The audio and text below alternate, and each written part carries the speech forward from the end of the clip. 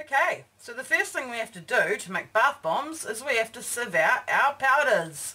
And I'm starting with baking soda. I got baking soda. I'm using 3 cups of baking soda. And to that I'm adding 1.5 cups of citric acid. Baking soda and citric acid react together and they are what cause your bath bomb to foam and fizz. And that's what we want. We want a fizzy bath bomb. It's not a bath bomb if it's not fizzy. So we're sieving to get all the clumps out because it makes it a lot easier when we come to mix things in. And I really recommend not skipping this step. If you've watched some of my old bath bomb videos, and I will leave links below to where I've made other bath bombs, you might see that on occasional times I've been a little bit lazy and I haven't bothered to sieve out any of my powders, and then later on that turns out to be more of a problem for me. So it's definitely the best way to go to sieve your powders at the beginning. It saves you from having to go too hard with mixing later on. Now the other thing I do with my bath bombs, and I pretty much just do this out of habit, is I hand mix and I hand press all my bath bombs in little small batches. That way I can make sure they're of the highest quality. So I don't tend to make big huge batches of bath bombs. I don't use an electric mixer very often. I do have one. I've got this really funny old KitchenAid mixer. Well, KitchenAid style mixer. It's not actually the brand KitchenAid. It's from like 1971 or something. It's hilarious. But I have found that I prefer to use my hands to do this because that way I can feel the texture better. Like, I know that sounds weird because I'm using a spoon to mix, but I can actually feel it. I can feel it coming together and coming to just the right consistency a lot better than if I use an electric mixer. That's just my personal preference. So along with my baking soda and citric acid, I've also added some SLSA, which is a foaming agent. It makes bubbles. It's a surfactant, but I'm not adding it to make bubble bombs. I'm adding it to help it emulsify the oils that are going into your final bath, so you have a lovely creamy bath without oil slicks on the top. Then I've added some kaolin clay, and I have other powders that I can add as well, like bentonite clay, calamine powder, colloidal oatmeal is one that I love to add, and there's some colloidal oatmeal in this bath bomb mix that you're seeing right now.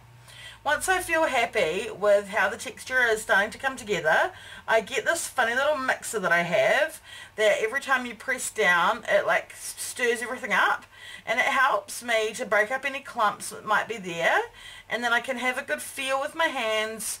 And the final step is to use the witch hazel to help it all combine. I like to use a few spritzes of witch hazel right at the end with every batch of bath bombs that I make, because it helps to make a hard bath bomb. And of course the fragrance went in as well. So I'm just showing you this little mold here with embeds that I made. I made these yesterday. They are simply baking soda and citric acid. I used the same scent again. I used the SLSA, and I also put in some lake dyes. So they are the colourful embeds. These bath bombs are lavender bath bombs, and they're going to have some little rock salt crystals that have been coloured with mica sitting on the very top, and that's going to give you a hint of what you're going to find inside, because other than that these bath bombs are going to be plain white, and I really like that. It's like a surprise, so you kind of don't expect it to actually be a colourful bath, and then it does turn out to be one. So that's kind of fun. So I now overload my molds and I press them together. Again, this is nothing new. This is exactly how many other people make bath bombs. So I know that for most of you, you've probably seen this done before. But for those of you that don't know what's going on here, it's still good for me to explain. When you overload your mold, it gives you that extra mix to press, so that you can form a nice solid ball shape.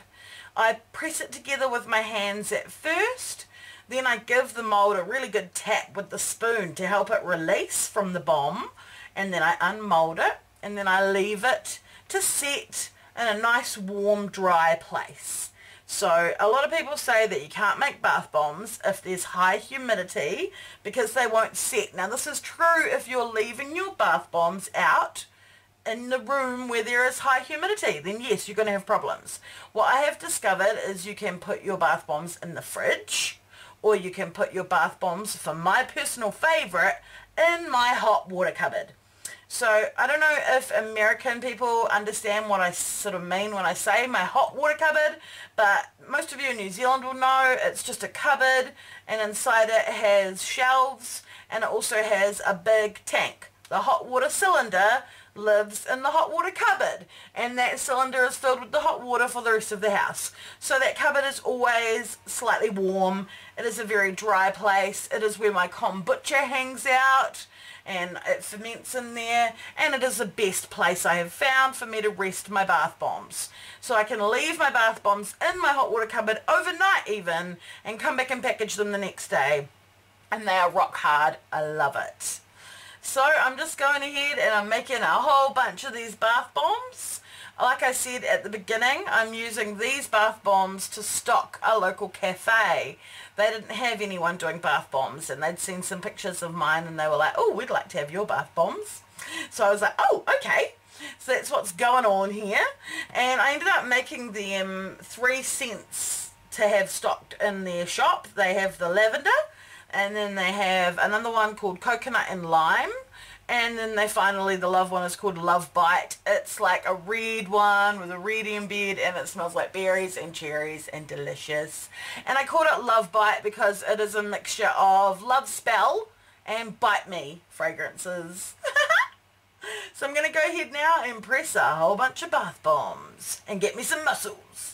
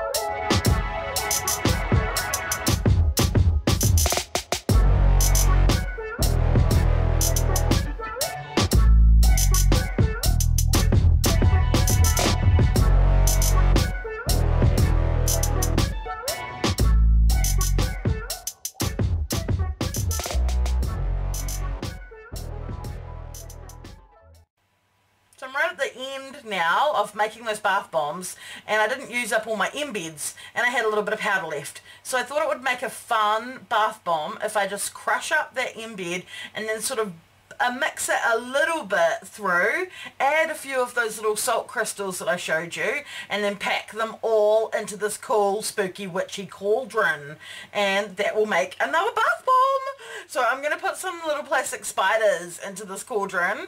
I think these will be really fun for Halloween. I'm just going to put like a couple in there and then maybe one on the top, something like that. I think they look too realistic. When I used one myself, I like scared myself with it. And I actually had a little kid at the market who was like, I want one, do you have any without spiders? And I was like, no. So in the future, I will probably leave some without, and that's a little tip for you guys as well. I know it seems silly to people that aren't scared, but some people are really scared of spiders, and even a plastic one will freak them out, and that's not a nice relaxing bath anymore. Now you're freaked out about spiders. So if you think that you might have customers that might feel that way as well, I do recommend just making a few bath bombs that don't have any plastic spiders in them, or I don't know, maybe have some that have got little butterflies in there instead or something. I was totally on this sort of Halloween kick, so that's why I went all out and did this crazy like spidery themed thing. So all of my cauldrons and all of my pumpkins had little spiders in this year. So for the very top, I'm just decorating it with a few more of those salts. Again, these are just rock salt that I've put into a little plastic bag with a Ziploc, put some mica in and shaped them around to colour them. And I think it looks super cool on the top. It's so pretty. So yeah, that is how the cauldron bath bomb looks. I just went and gave the outside a good wipe and cleaned it all. I love it. And I used one and they last for ages. That would really be my only kind of downside. So here's some of the finished cauldrons and one of the pumpkins as well. Yeah, just how long they last, because boy do they last and last for ages. So I'm mixing up some bath bomb mix here, purple now, because I want to make some other little bath bomby thingies. I want to make like some bath bomb cupcakes and other stuff, so that's what's going on here. That's why this is getting coloured.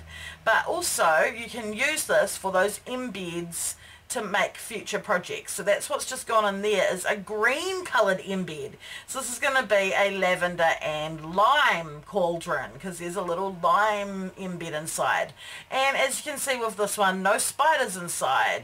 So it's a really good idea to make note of that, because obviously at the market I had forgotten that I didn't have, that this one had no spiders. I could have given him this one and said, hey little buddy, this one's got no spiders. So yeah, make a note of that and put a little thing on your label, and then you'll remember.